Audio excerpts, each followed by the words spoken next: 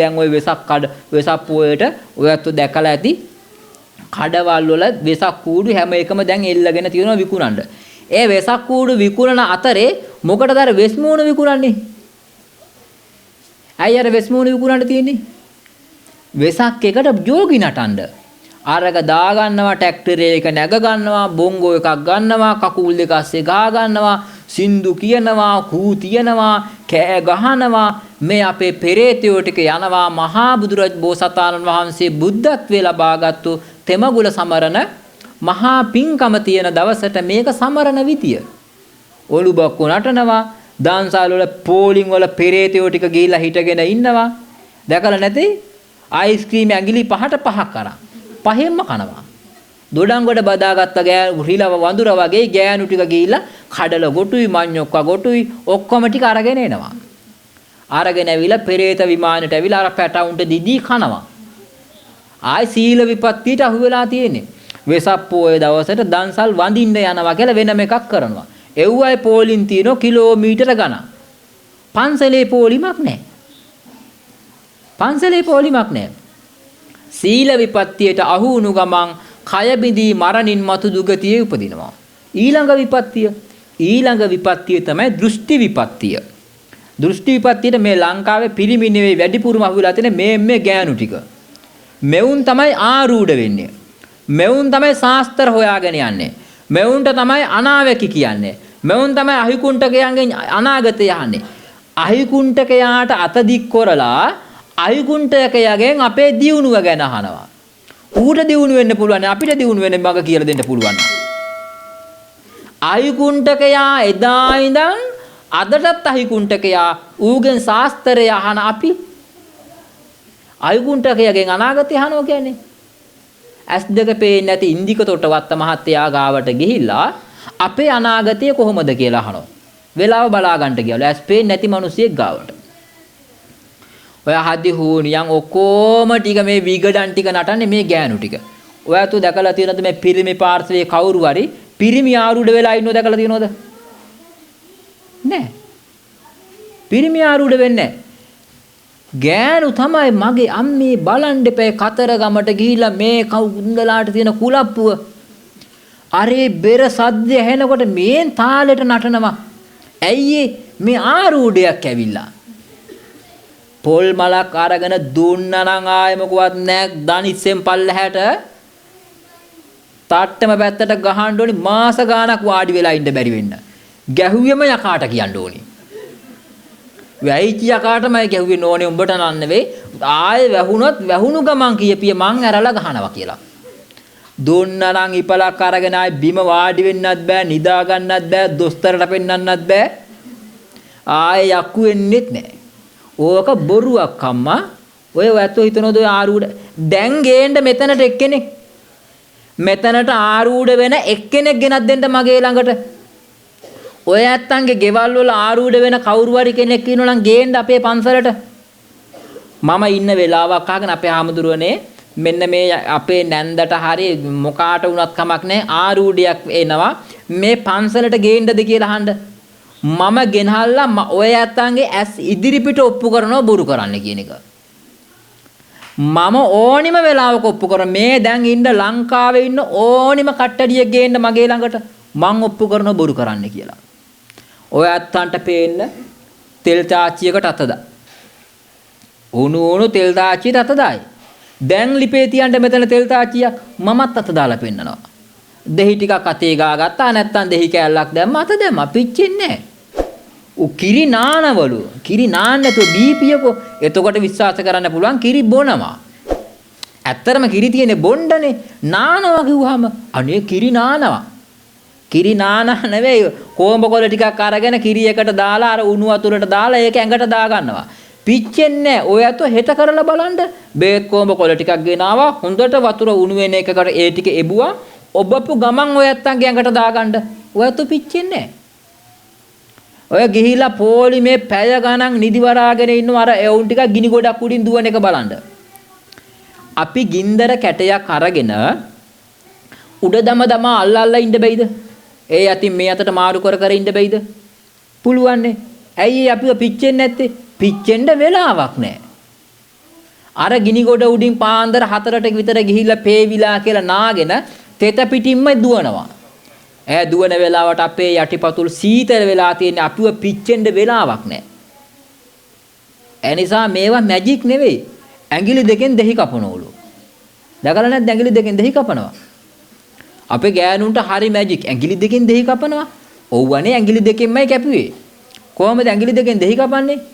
දෙහි ගෙඩිය මැද්දට 60 කටුවකින් විදලා තියෙන්නේ. යතුරු කටුවෙන් විදලා දෙහි ගෙඩිය ආපහු අත ගෑවහම තිබිච්ච තුවාලේ පේන්න නැහැ. දෙහි ගෙඩිය ගන්නවා ඇඟිලි දෙක මැදට. ඇඟිලි දෙක මැදින් තියනවා දෙහි ගෙඩිය. තියලා අනිත් අතින් මෙහෙම තද කරනවා. තද කරාම මොකද වෙන්නේ? දෙහි ගෙඩිය කවදාකවත් ඇදේට පැලෙන්නේ නැහැ. අර සිදුර විදපු තැනින් ගාන්ට ටක් ගාලා දෙපළු වෙලා යනවා. අපේ මිනිස්සු හිතනවා මෙව්ව නම් හාස්කම්ම තමයි කියලා. ඔව්ව හාස්කම් නෙවෙයි. අර භාෂාවකින් කතා කරන ආරූඪ වෙච්ච උන්ට කතා කරන්න වෙනම භාෂාවක් තියනවලු. ඒ දේව භාෂාව. දැන් සුද්දෙකුට වැහුනොත් ඕක. සුද්දෙකුට වැහුනොත් ලෝකේ ලංකාවේ ආරූඪ වෙච්ච හැම එකම කතා කරන දෙමළෙන්නේ. දිව්‍ය ලෝකෙත් අයිති දෙමළුන්ටද? නෑ, ඒක තමයි මානසික ලෙඩ. අර කියන ගාථා හා ශ්ලෝක ඒ શબ્දයට අපිත් කතා කරන්න හුරු වෙලා තියෙනවා. ඒ නිසා තෙලුගු භාෂාව කියලා භාෂාවක් හදාගෙන එහෙම භාෂාවක් ලෝකේ කොහෙවත්ම නෑ. අපේ පන්සලටත් එනවා හිටියාම ඔය ආරූඪ වෙච්ච උන්ගේ මේනක දවසක් බෝධි පූජාවට ඇවිල්ලා බෝධි පූජාව තියෙන අතරතුරේදී එක එක දුවනවා පේනවා. දැන් මම S2 පියාගෙන ගාථා කියනවා කවි කියනවා නෑ මුන් යනවා හෙට මෙහෙට. මං කල්පනා කරා මේ මොකද කියලා. දැන් බෝධි පූජාව තියෙන එක මම නතර කරලා ගිහිල්ලා බලනකොට කෙල්ලක් ඉන්නවා චෛත්‍ය මාළුවේ බැම්මට හේතු වෙලා. ඔකෝම ටික ඒකි වට කරගෙන. මං අය මොකෝ හාමුදුරනේ මෙයාට කවුද වැහිලා කිව්වා. මං කිව්වා ඉතින් ඇරලා බලපන්. නෑ එහෙම එකක් නෙවෙයි. මේ මියගේ ඥාතියෙක් වැහිලා. මං කිව්වා ඥාතියෙක් නේ. පොඩ්ඩක් අයින් වෙන්නකෝ ඔයාලා කියලා. මං ඒවා කවුද තන ඉන්නේ කියලා. ඊට සූස් ගාලා මට පිම්බා. මං ආපහු ඒව කවුද ඔතන ඉන්නේ කියලා. දෙවැනි පාරමත් ඒ විදියටමයි මට පිම්බා. මං කිව්වා මේක මේ කබරේක් වැහිලා තියෙන්නේ මේකෙන් පනාඩු වැවටගෙන ඉඳාපිය කියලා. ඊට පස්සේ මම කිව්වා මේ යකාත් අඳුරනවා ඇත්තත් අඳුරනවා බොරුවත් අඳුරනවා මට බොරු කරන්න දෙන්න එපා කියලා මම කියලා ගියා. ටිකක් වෙලා ගියාට පස්සේ උපාසකම්ම කෙනෙක් ඇවිල්ලා අපේ හාමුදුරුවනේ මම ගයි මොකෝ අපේ කෙල්ලටත් ඔය වගේ ලඩක් තියේ. මං කිව්වා ඉතින් අයින් කළ දෙන්න බැයිද කියලා ඇහුවා. අයින් කරන්න අතින් අරන් දාන්නේ මම දන්න දෙයක් නෑනේ. මං කිව්වා ඒම අයින් කරන්න බෑ ඕවා. මේ පොයට පහුවෙන්නේ දෙන්න කියලා. මම නිකන් කිව්වේ මං හිතුවේ නෑ ඇයි කියලා. මගෙන් ඇව මොනවාද ගේන්න ඕනි කියලා. කටට එනේ හැම එකම කිව්වා මම. මං සුදු මල් ගේන, රතු මල් ගේන, කැවුම් ගේන, ඊට පස්සේ වද මල් ගේන්න, එළඟි තෙල් ගේන, පොල් තෙල් ගේන, ලාම්පු තෙල් ගේන හැම එකම කිව්වා. කියලා ඉවරුණාට පස්සේ මම හිතුවේ නෑ එයි කියලා. මෙන් පොයට පහුවෙනි දාවනේ. අපි හාමුදුරනේ අපි ආවකෝ. මං කිව්වා ඇයිද දන්නේ නැහැ කියලා. ඇයි යන්නේ එන්න කිව්වේ? එතකොට තමයි මට මතක් වුණේ. මං කිව්වා එන්න කිව්වනේ ඔය ටික අහුරන්න එහෙම කියලා. දැන් මං කල්පනා කරනවා ඊළඟට මං කරන්නේ මොකද්ද කියන එක. මං මන්තර දන්නේ නැහනේ. මන්තර මම දන්නේ නැහැ. එයා ගම මං කල්පනා කරා දැන් ඊළඟට කරන්නේ මොකක්ද? කමක් නැහැ ඔක්කොම අහුරලා ඉවරුණාට පස්සේ මං කිව්වා ඉවරද කියලා. ඔව් කිව්වා. මම දන්නවා දැන් මේක මානසික ලෙඩක්. මම දැන් මොනවා කිව්වත් මේකේ ආරූඪ වෙනවනේ. කෙල්ලක් ගෙනාවේ අවුරුදු 22ක් විතර ඇති. ඊට පස්සේ මම කල්පනා කරා එක දවසක් මගේ යාළුවෙක් එයා පස්සේ කාලේ මැරුණා සිවුරු ඇරලා එයා මන්තර විද්‍යාව පිළිබඳ ඔය එයාත් බොරු තමයි කෙරුවේ. මහාන වෙලා ඉන්න ගමන් එයා ඇත්ත කරා කියලා කියන්න ඕනේ නෑනේ. මහාන වෙලා හිටියත් බොරු තමයි කෙරුවේ. ඒකේ විපාකයක් විදිහට තමයි අඩු වයසෙන් මැරිලා ගියේ. හැම මිනිසුන්ට බොරු කරපු එකේ. එයා දවසක් මතුරනවා මම අහගෙන හිටියා. ඒ අහගෙන හිටපු ටික මට මතකයි. මං කල්පනා කරා කමක් නෑ. ටිකක් දන්නවනේ ඒ ටිකෙන් මතුරනවා කියලා. මතුරනවා කියලා හිතාගෙන මම ඉස්සෙල්ලාම කිව්වා ඔක්කොම ටික තියන්න කියලා. පුටුවක් අරගෙන මම පුටුවේ වාඩි වෙලා මං කල්පනා කරා මේකිට මේ පිස්සුව තද වෙච්ච ගමම මාවවත් හැපුවොතින් කියලා කොණ්ඩේ හොඳට ගුලි වෙන්න අල්ලගෙන කට හැරෙව්ව ජනේල් පැත්තට. තෝ වැඩිය දඟලන්න ආවොත් අනින එක නම් අනිනවාමයි ජනේලේ. එහෙම කියලා දැන් කොණ්ඩෙන් අල්ලගෙන දැන් මම අර දන්න මන්තර ටික කියනවා. මොනවට කියනවද මම දන්නෙත් නැහැ. ඒක තිබුණේ කොහමද? ඕං ගුරුවරන් ගුරුපත්‍රේ කාලිවරන් සුරවරන් සුරපත්‍රේ කාලිවරන් අසුරවරන් අසුරපත්‍රේ කාලිවරන් දේවරන් දේපත්‍ර කෛලාසරණ කෛලාසර ගුරුදාරණේවරන් යන්ත්‍රවරන් යන්ත්‍ර මන්ත්‍රවරන් ශ්‍රී විෂ්ණුවරන් ශ්‍රී විෂ්ණු නාරායණ හනුමාවරන් හනුමා දිෂ්ටිවරන් කිව්වා. ඕං ඔච්චරයි මට මතක. එතනින් එහා මට මතක නැහැ. දැන් මේකේ ආරූඪ භාගයට ඇවිල්ලා හෙල්ලි තියනවා ඔළුව ආරූඪ සම්පූර්ණයෙන් එන්නේ නැහැ. දැන් ආපහු අර ටිකම කියන්නත් බෑනේ. ඒක මං ඊට පස්සේ කල්පනා කරා දැන් ඊළඟට කරන්නේ මොකක්ද කියලා. ඊට පස්සේ මට මතක් වුණා බාතිය සන්තුස්ගේ අර සිරිසඟ බොදිමාලිගා වෙද්දී සින්දුව. ඒ සින්දුවේ සිරිසඟ බොදිමාලිගා වෙද්දී කියන කෑල්ල කියන්නේ නැතුව එතනින් එහාට මං කිව්වා අල්ලබඳ රඳ බින්ද උඳ කුඳ සින්දල්ලාමි සඳ කල්ලේ මල්ලිගවේ එන්නවසෝය කොල්ලහල සිතකට කල්ලමොස දත්තේජ සර සීලවත ධර්ම සංඝ බොදි රජ භංග කරලම දමි මල්ලිග සෝයා කියලා. දත් මිටි කාගෙන බොහොම අමාරුවෙන් කියලා ඉවරනකොට මේ යකා මතුවෙලා ඊට පස්සේ මං ඇහුවා මැරිච්ච දිනය කියපන් කිව්වා. පවුලේ අයගේ උපන් දින ඇහුවා.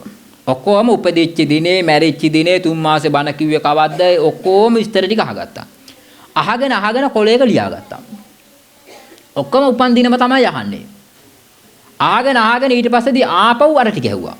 අහනකොට මේකේ එකකට එකක් වෙනස් ඒවනේ කියන්නේ. කටට එනේන එක මුලින් කිව්වා ඊට පස්සේ ආයි කියන්න මතක නැහැ. මං කිව්වා පුතා උඹට තියෙන්නේ මහා බලගතු ආරූඪයක්. මේ ආරූඪේ මේ ශරීරයෙන් අද අයින් කරනවා මම. ඒක මං ඔබට සහතික වෙනවා. ඒ නිසා මේ බුදුම පිළිමේ ඉස්සරහා ඔබ අත තියලා දිවුරලා කියපන් මේ ශරීරයෙන් යනවා කියලා. දිවුරලා කිව්වා. දෙවෙනි පාරක් කිව්වා තුන්වෙනි පාරක් කිව්වා ඊට පස්සේ මම කිව්වා දැන් මේක දීඝ කතාවක් මේ බොහොම සාරාංශ කරලා කියන්නේ. ඊට පස්සේ මම කිව්වා දැන් මම උඹට මේ නූල ගැට ගහලා මේ ගැටේ දානකොටම මේ ශරීර කූඩුවෙන් උඹ අයින් වෙන්න ඕනේ. එහෙම එකඟයිද කියලා ඇහුවා. එකඟයි කියලා කිව්වා. දැන් ඊට පස්සේ මම කල්පනා කරා නූලකුත් අතට අරගෙන දැන් ඊළඟට මං කියන්නේ මොකද්ද කියලා තමයි මට මතකෙට එන්නේ. මොකද පිරිත් කියලා වැඩකුත් නෑනේ බොරුනේ කරන්නේ. ඊට පස්සේ මං කල්පනා කරා හිටපියක උඹට හොඳ වැඩක් කරන්න කියලා ආවේ කොහොමද? බාතිය සන්තුස්ගේ සින්දුවකින්නේ. ඊට පස්සේදී මං කෝ එහෙමනම් කෝ දෙන්න පුතා අත කියලා අර කෙල්ලගේ අත අල්ලගෙන නූලක් අරගෙන මම කිව්වා केरी किए कि प्यार तुझे प्यार तुम मदे सरसोमतु निहम्निकये जानिकये जामकुतु निहामि किसका हामि नहीं है කියලා නූලක් අරන් ගැටයක් දැම්මා. ගැටයක් දාලා ඉවර වුණාට පස්සේ අරකේ එහෙමම බිම ඇදගෙන වැටුණා. ඊට පස්සේ මම වතුර ටිකක් අරගෙන මූණට ගහලා මං ඇව්වා මාලි දැන් උඹට කොහොමයි කියලා. හාමුදුරුවනේ ඇඟේ තිබිච්ච ලොකු බරක් නිදහස් වුණා කිව්වා. මං කා පුතා දැන් උඹට සනීපයි ගෙදර යන්න කියලා. අම්මා මගෙන් ඇහුවා අපේ හාමුදුරනේ කීයක් විතර ඕනි කියලා. මම මේ සල්ලි එපා. ඔයාලා ඔහොමම ගෙදර යන්න කියලා. ගෙදර ගියාට පස්සේ එතන හිටපු කොල්ලෙක් මගෙන් ඇහුවා හාමුදුරනේ අර අවසානයේ කිව්වේ මොකද්ද කියලා. මං ඇහුවා ඇයි ඒ කියලා.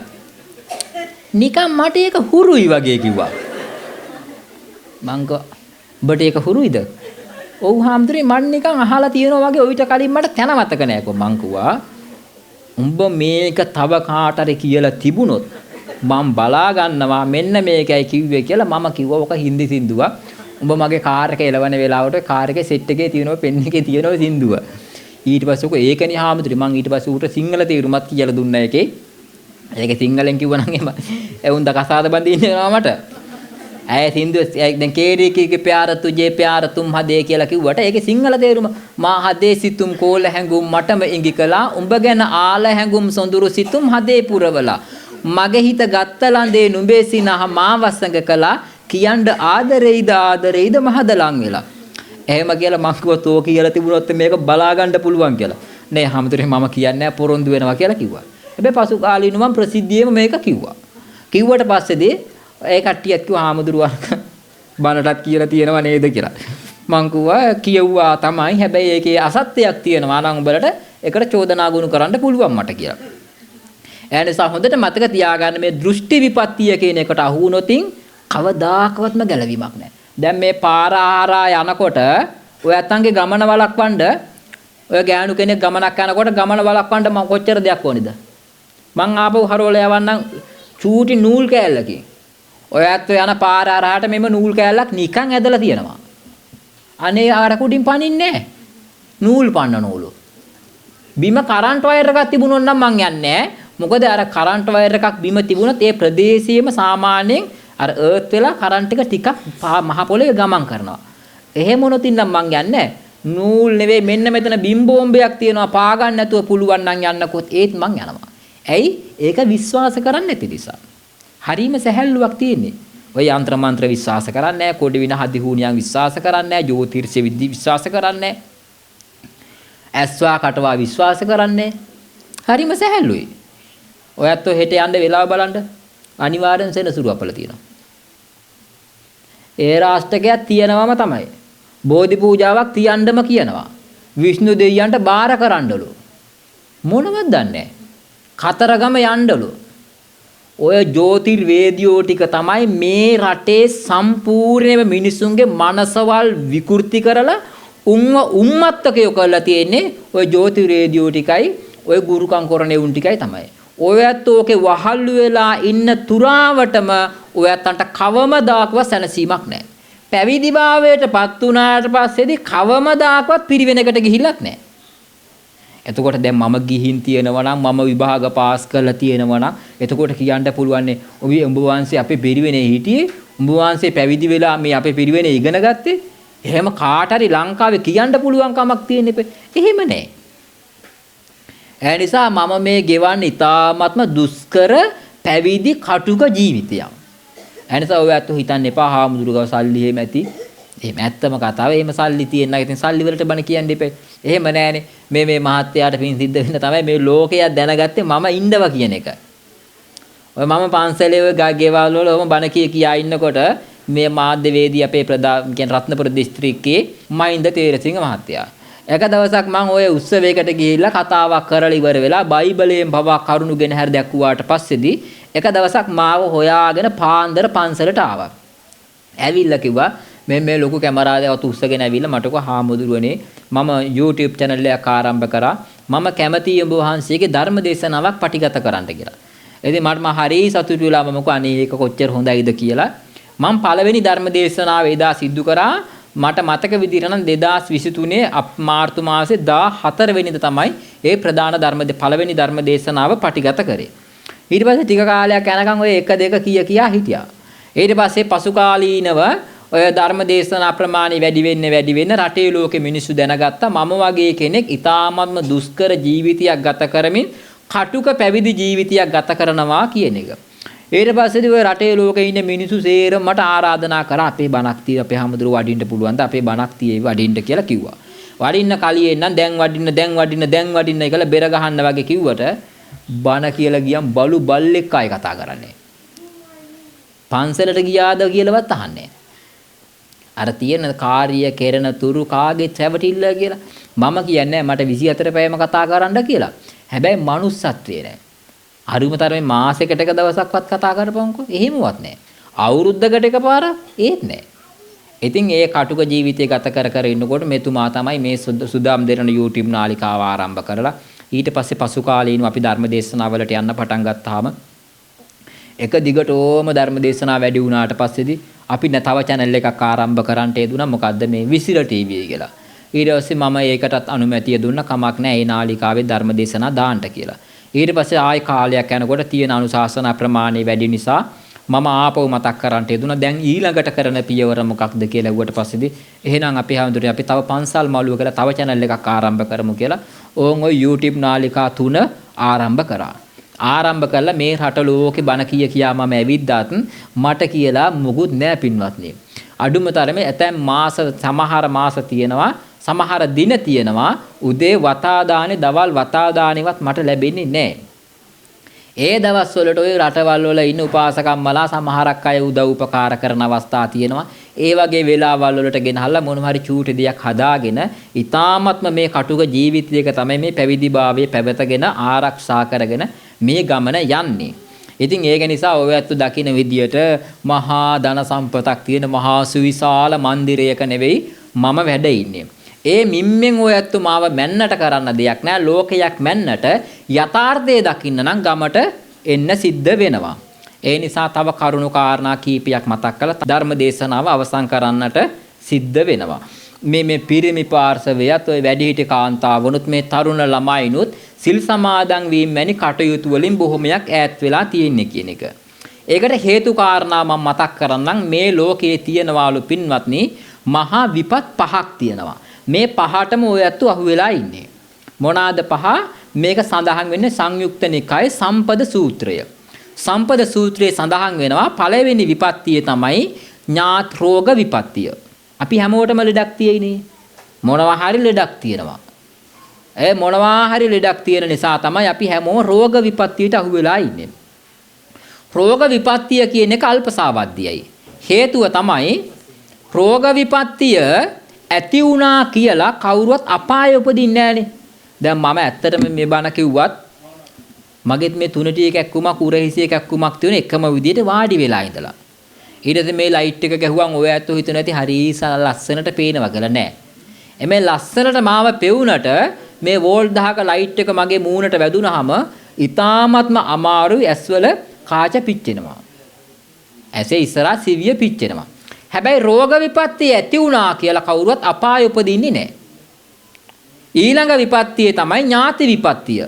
දැන් මේ ධර්මානුශාසනාව පවත්වන්නේ මේ මැරිච්ච කට්ටිය වෙනුවෙන්නේ. ඔය අත්තන්ගේ ගෙවල් වල මල ගෙවල් වෙලා තියෙනවනේ.